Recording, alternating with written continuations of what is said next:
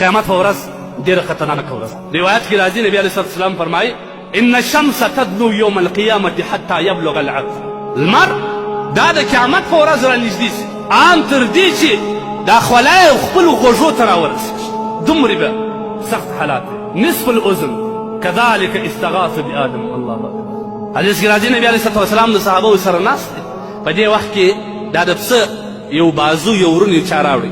نبي علیه الصلاة والسلام خوړی او بیا دا یې روایت وایي د ټولو انبیاو سردار د قیامت په ورځ به زه کله چې لمر پر یوه نیزه شو د انسان خولې اوس د قیامت څومره هولناکه ورځ کله چې الله تبارک وتعالی شپېلې و انسانان راپورته سي.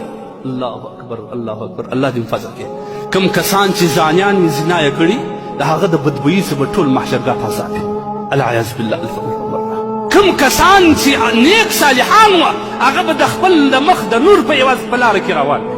چیغې به وي نارې به وي. مور به د زوی پرېشتي بېزاره، پلار به د زوی بېزاره، مور به د لورې بېزاره، کور والا بیبي میرمن به د خپل خاوند نه بېزاره. خطرناکه ورځ ده.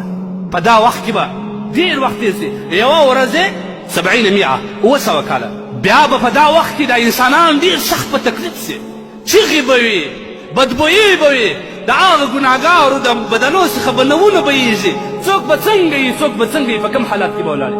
بیا به دا خلک راسي حضرت آدم علیه الصلاة والسلام ته به وایي ته خو زموږ د بشر پلار وې، تا ته خو الله تبارک وتعالی دومره قدر کړی و چې فرشتې تا ته په سجده کړې. ته دومره قدرمن وې. واسه یوه د خدای جل جلاله غواړ وکړي چې دا حساب ژر شروع کړي. آدم علیه الصلاة والسلام وایي زه د دې دپاره نه یم. ما څه یو خطرناکه ګناه شوې ده. الله دومره غضب لري، دومره په غضب باندې دی چې تر اوسه پورې د الله دومره قهر غضب موږ نه دی لیدلی. زه نشم ورکړلی. دیني الله ما ونیسي. ورسې ابراهیم خلیل الله ته نوح ته ورسې نوح علیه الصلاة والسلام. بیا به دی نوح علیه الصلاة والسلام سي زارۍ به کړي ای د نبي الله ای د خدای نبي ورسه الله تبارک وتعالی ته یو شفاعت وکړه. دا شفاعت د دې نه دی چې موږ جنت ته داخل کړه. دا شفاعت د دې چې خالي حساب شروع کړه که جهنم ته ځو که جنت ته ځو. بیا به هغه وایي نه زما د داسې یو کار سوی دی الله تبارک وتعالی ډېر په قهر دی زه نسم کولی. ورسه ابراهیم خلیل الله ته ورسه کنه. ابراهیم خلیل الله تبارک هغه د الله دوست دی، خلیل الله دوست دی.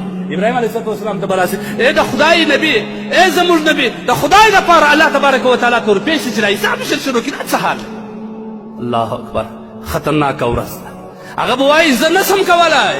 ورسه موسی کلیم الله ته ورسه. دا د الله تبارک وتعالی سره په دنیا کې هم راز کړی دی، خبرې کړې دي. ورسه موسی کلیم الله ته چې راسه هغه وایي نه نه زه نسم کولی. ورسه عیسی علیه الصلاة والسلام ته ورسه. عیسی علیه الصلاة والسلام به ورته وایي نه نه زه نسم کولی. ورسه محمد رسول الله صلی الله علیه وسلم ته ورسه. قربان در دې نبي سم.